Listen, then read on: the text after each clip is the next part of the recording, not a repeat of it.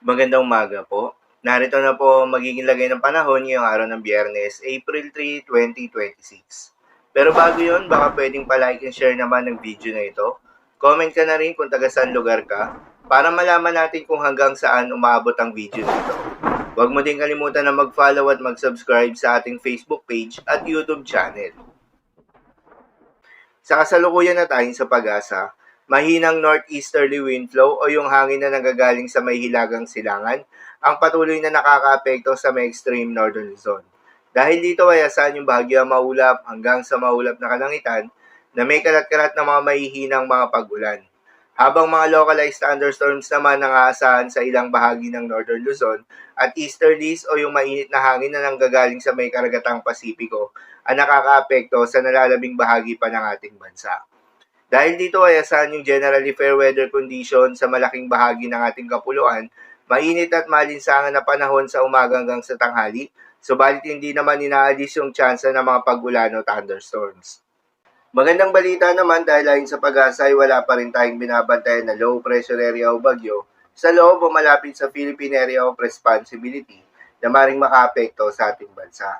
Posibleng storm-free tayo sa unang linggo ng buwan ng Abril. Subalit maging handa pa rin tayo dahil posibleng may isang bagyo na pumasok o mabuo sa loob ng Philippine Area of Responsibility ngayong buwan ng Abril. At sakaling magkaroon nga ng bagyo, posibleng maglandfall ito sa may Caraga Region, Visayas at Mindanao at tutungo ng Vietnam o magre-recurve patungo ng Japan. O posible namang lumapit lang ito sa may Visayas at magre-recurve na papalayo ng ating bansa. Para naman sa heat index forecast, narito yung mga lugar na posibleng makaranas ng matinding init ngayong araw. 41 degrees Celsius sa may Dumangas, Iloilo at Cotabato City, Maguindanao.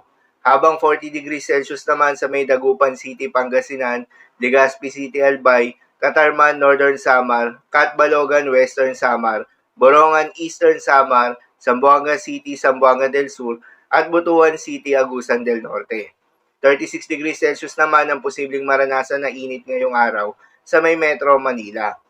Ang mga nabanggit na lugar ay nasa kategory ng extreme caution level na kung saan posible itong magdulot ng mga heat cramps or heat exhaustion, kaya naman iwasan muna mga gawain na posibleng magdulot ng heat stroke at ugaliin na uminom ng tubig at magdala ng payong kung sakaling lalabas ng inyong mga tahanan.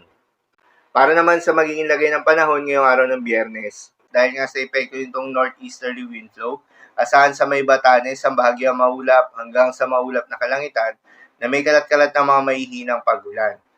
Habang sa Ilocos Region, Cordillera Administrative Region at nalalabing bahagi ng Cagayan Valley, ay asahan naman yung bahagyang maulap hanggang sa maulap na kalangitan na may kalat-kalat na mga pag-ulan o thunderstorms na dulot ng mga localized thunderstorms.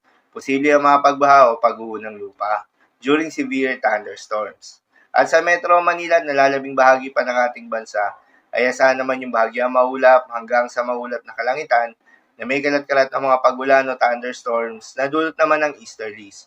Posible rin na mga pagbaha o pag-uho ng lupa during severe thunderstorms. Madalas nabobo ang mga thunderstorms na ito tuwing hapon o gabi na nagtatagal ng 1 hanggang 2 oras.